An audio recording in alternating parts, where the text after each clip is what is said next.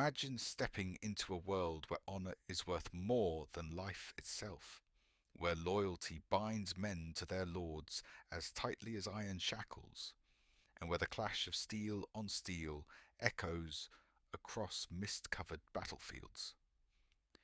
This was the world of the samurai, but not the romanticized figures of Hollywood swordplay.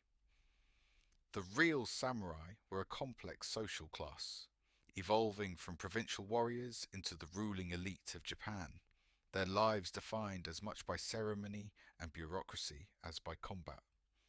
The origins of the samurai trace back to the late Heian period, around the 10th and 11th centuries, when the central imperial court in Kyoto relied increasingly on local clans to quell rebellions and banditry in distant provinces. These provincial warriors, known as bushi, or those who serve, began as armed retainers, hired to protect land and maintain order. They were often drawn from peasant stock or lower-ranking nobility, men whose livelihood depended on martial skill rather than scholarship or courtly intrigue. As their importance grew, so did their power. By the 12th century, powerful Bushi clans such as the Minamoto and Taira had transformed into military forces capable of challenging the imperial court itself.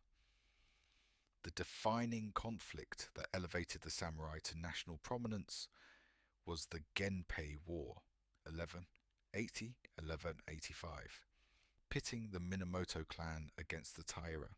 This brutal struggle for supremacy culminated in the decisive Battle of Dan-no-Ura on April 25th, 1185, where the Taira fleet was annihilated and Emperor Antoku drowned in the Shimonoseki Strait. With the victory secured, Minamoto no Yoritomo established the first shogunate in Kamakura in 1192. The shogun, or military governor, wielded real power, while the emperor became a figurehead.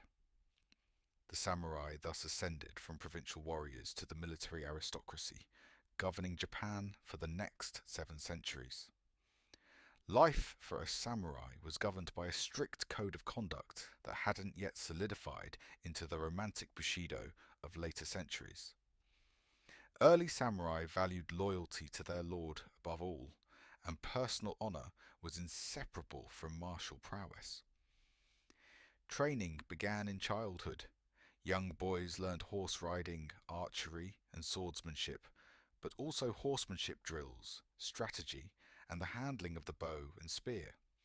Armor was heavy and elaborate, made of lacquered plates to repel arrows, but flexible enough for battlefield movement. The curved tachi sword, worn edge down, was the symbol of status and the ideal weapon for cavalry charges.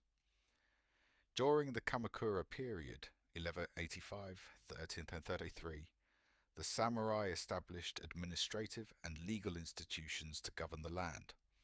They collected taxes, settled disputes, and maintained regional peace. But internecine warfare never ceased. Civil wars between rival clans continued throughout the Muromachi period, 1336-1573, as the Ashikaga shogunate struggled to maintain central authority. The Onin War, 1467-1477, devastated Kyoto and plunged Japan into the Sengoku, or Warring States, period, a century of near-constant conflict. During these turbulent times, the concept of the lone samurai fighting for honor gave way to large armies employing muskets, siege tactics, and foot soldiers called ashigaru. Armor evolved too. Plate cuirasses replaced lamellar designs, and helmets grew more imposing. Yet even amid incessant warfare, the ideal of samurai virtue persisted. Loyalty, courage, and frugality were extolled in treatises like the Hagakure, compiled in the early 18th century, but reflecting older traditions. The Hagakure taught that a samurai must always be prepared to die in service to his lord, for faithfulness and sincerity are the two indispensable qualities of warriorship. Ritual suicide, or seppuku, became the ultimate expression of honor, a way to atone for failure or protest injustice. Though often portrayed as barbaric, it followed strict ceremonial rules, involving an attendant to decapitate the samurai at the proper moment, ensuring a dignified death. The arrival of Portuguese traders in 1543 introduced firearms, radically transforming warfare. Samurais adapted quickly, integrating arquebuses into their arsenals. The Battle of Nagashino in 1575 showcased this shift. Oda Nobunaga's arquebusiers decimated the charging cavalry of Takeda Katsuyori, demonstrating that disciplined gunfire could override the shock tactics of mounted samurai.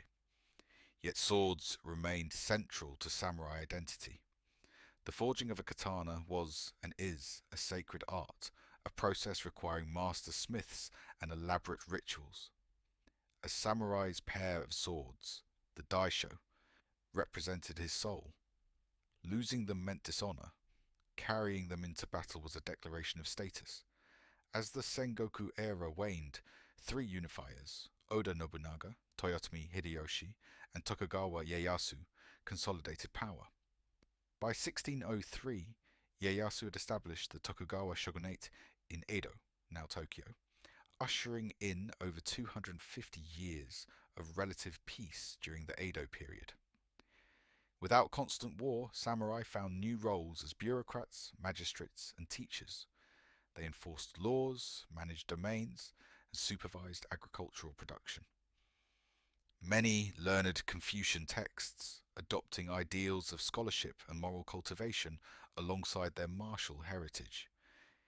Yet they retained privileges. Only samurai could wear swords, and they collected stipends paid in rice, measured in koku.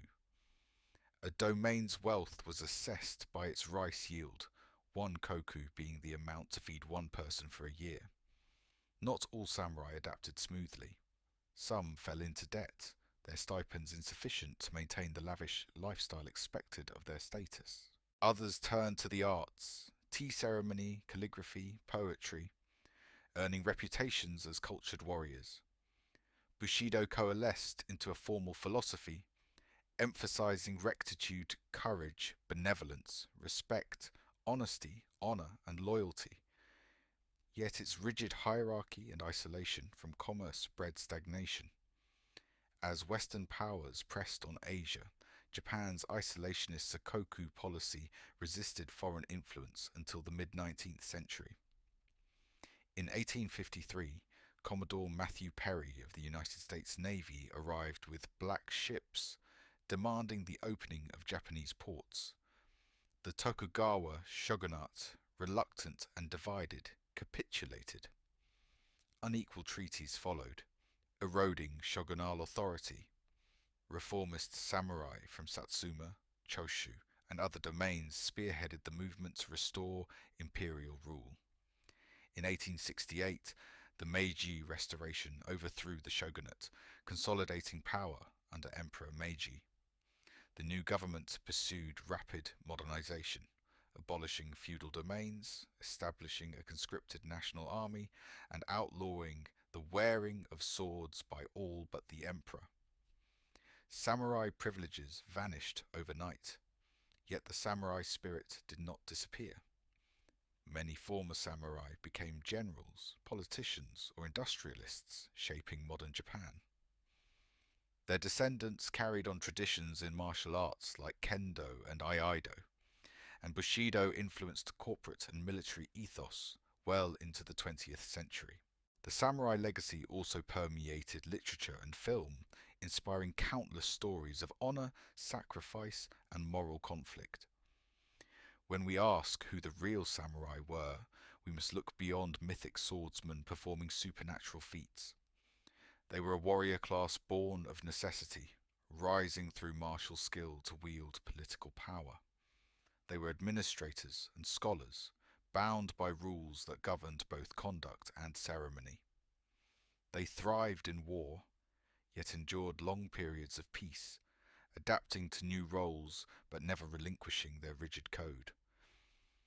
In the end, they helped create the modern Japanese state, their swords sheathed but their ideals etched into the nation's character. They were neither flawless paragons nor mere gladiators.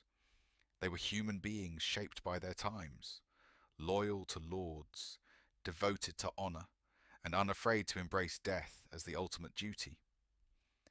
Their stories, warts and all, remind us that true courage often lies in discipline, loyalty, and the willingness to stand by one's principles, even when the world changes around us. This was the real samurai, an enduring symbol of an age where honor and steel walked hand in hand. Thanks for watching. On our channel, you'll find more in-depth stories about samurai life and reel their history. Don't forget to like, subscribe, and let us know what you think in the comments below. See you in the next video.